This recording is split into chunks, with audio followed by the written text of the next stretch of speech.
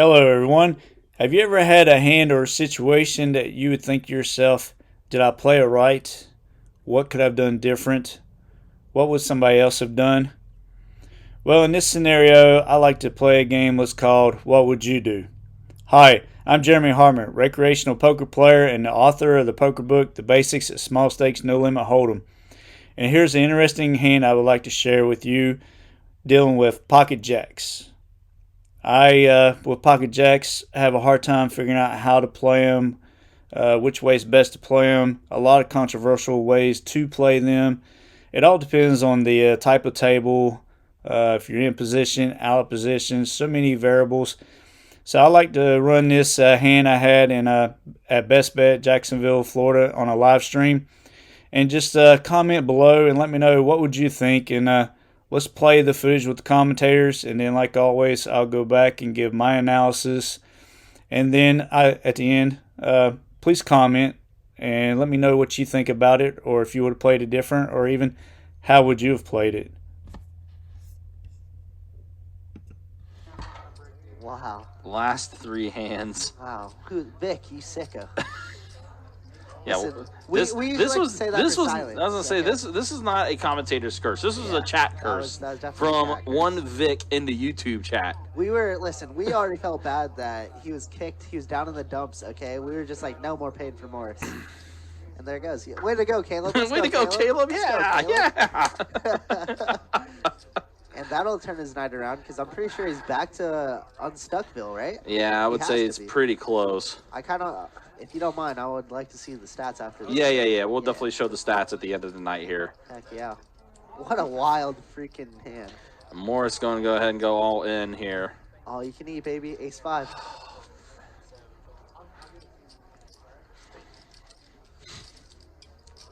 Just Oh my god. And Jeremy waking up with Jacks. with here. jacks. Philip with king, queen Jeremy, offsuit. raise it, you psycho. What are we ever calling here? We don't want 5 other people calling.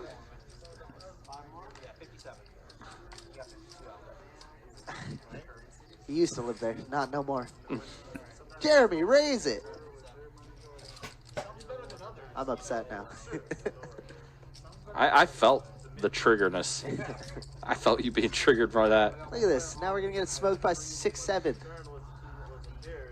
Okay, we're King, smoked by and King I was Queen. gonna say you're smoked by a king there.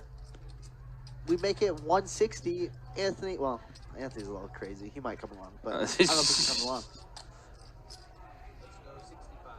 Or I'm sorry, maybe Phil. That's what I'm talking about. And there's the bet from Phil, 65. Yeah, it leads out right away with top pair.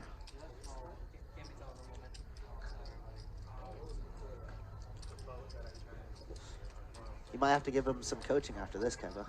Yeah, I was like, Kevo's on it Pretty apparent. tonight. Yeah, it's pretty apparent. It's almost like he knows. Is that hat that dirty, or is it just the design? It's just the design. Okay. Raise it, Jeremy. God dang. I meant pre-flop, not now, of course. Right, yeah. See, if you would have rose this pre-flop, you could have avoided the Could be a situation. little different. Or, I could be wrong, and Philip might call King Queen anyways, and you lose an extra 100. This is true. I'm just imagining the record scratch. Hey there, you're probably wondering how I got into this situation.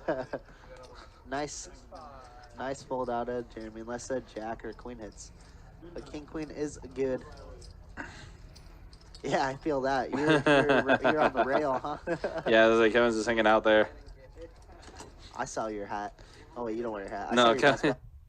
First of all, let me give you a little update on how the table was playing. The table was really fun, loose, and aggressive. The 2 players to the tighter side, Jack was definitely tight and passive, and you couldn't get any bluffs around him. So when he was in hand, I was extremely cautious. Philip had a 66% VPIP, but it seemed that his pre-flop aggression was pretty standard. He liked to do a lot of bluffing on missed boards post-flop. So let's run this footage. Let me give some commentation and see what I think. All right, we got Dan the Man, who straddles in the button position, puts first action on the small blind. And here it is, Philip in a small blind. He has 2 to call. He has 2 in it. And he elects to open up in the small blind position to $20. By him raising $20 into the small blind is showing strength. A lot of double paint combinations there, ace combinations. And then Will Morris shoves all in for $57. Pretty sure it's $57. Yes. And so in this situation, I could have done a few things. I could have repopped it or flatted, see what Philip does. So I like to flat, since this is one of the 3 last hands of the night, to see what Philip does. And being in this situation, Philip decides he's just going to flat the 3-bet instead of 4-betting. I have a feeling with jacks, if I bumped it up over 100, 150, I'm just bloating the pot, and Philip could have came in on value, considering Morris didn't have any more chips. And even though I would have had positions, if he would have let out, I would have been way behind. And bink, here comes the king on the flop. Philip hits top pair.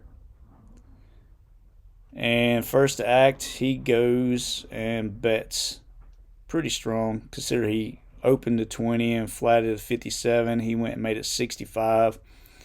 I was thinking, I was like, it's either a really good bluff, but he's seen that people lead into me and get caught all night, so I gave him actually the credit of having a king in this situation. A lot of king 10s, king queens, king jack combinations, even ace king. He would probably flat it to $57 to try and get more money post flop.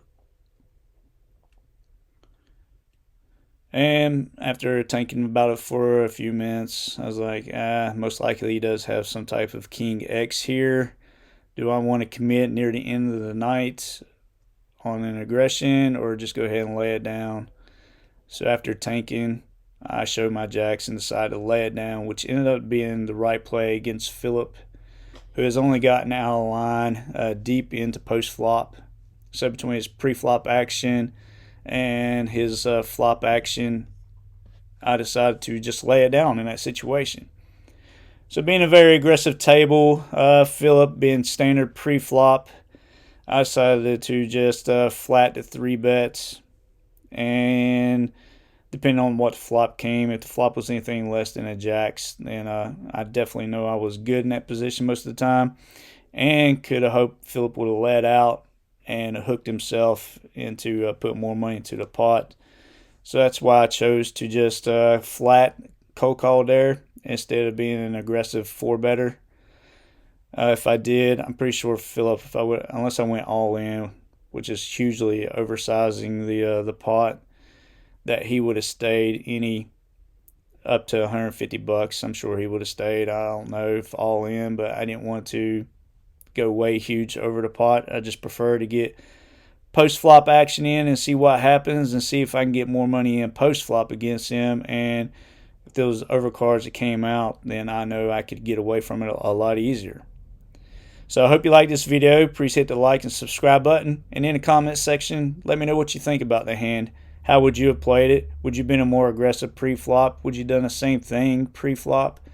It's just a very interesting situation, as jacks is one of the most controversial hands to play pre-flop or even to play period. So hope you enjoyed. Let me know what you think.